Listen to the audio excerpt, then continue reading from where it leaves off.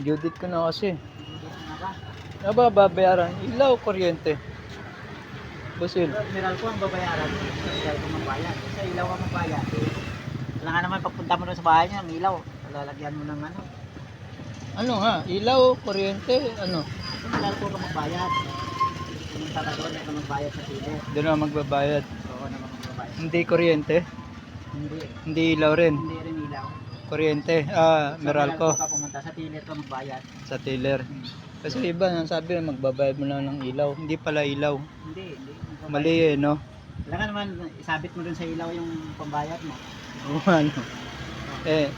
Kasi iba na iba, Kaya sa sasabihin. kuryente, isabit mo rin sa kuryente. Ayun. Ang dapat pala magbayad sa Meralco Kung tsaka Meralco sa ka magbayad. counter. Kung mo sa ano, sa Gcash, sa Gcash ko pwede ka rin magbayad. Pwede. O, kaway ka muna, babayad na tayo. Ha? Kaway ka muna, babayad na tayo. Kaway ka. Ayan. Bayad ka, kung mabayad ako, hindi ka ba nagbayad? Ayan na. Kapag bayad ka na ba? Buwas pa. Pero sa Meralco talaga. Ako sa Meralco ka talaga. Tsaka sa- sa bayad center. Huwag kang magbayad sa ilaw kaya sa kuryente na. Mamaya Kasi wala namang babayaran dun sa ilaw no? Oo. Tsaka sa kuryente ka magbayad, lalo pa mamaya susungkitin pa nila yung kuryente, di lalong maputo. Oo nga. Ayan na. Tandaan nyo kung saan kayo magbabayad. Sa Meralco. Meralco ka magbayad. Hindi, mali rin yun. Kaya ka magbayad sa tiller na. Sa tiller. Sa loob ng opisina ng Meralco. Hindi Meralco kasi Meralco kumpanya yun eh. Kuha nyo? Mali. Sa loob ng opisina ng branch ng Meralco sa tiller. Pwede naman na sa bayad center.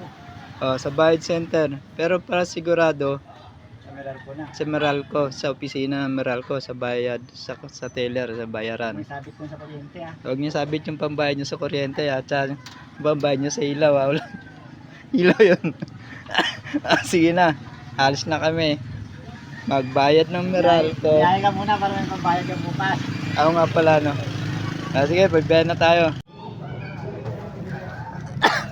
Iligaw na bata. Yun ba nanap mo? Nanahintay mo? Bakit? Ayun na. Ay bata, tara mo na rito. Ay, ligaw na bata rito. Nanap niya yung nanay niya. Ayun tatay niya, si Kalbo. Kalbo!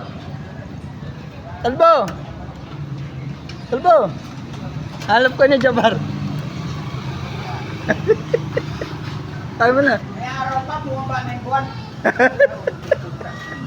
Gamit mo na. Inasar ako nitong gamit.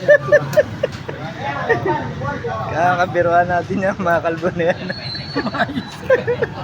Ay, sino yung anak mo?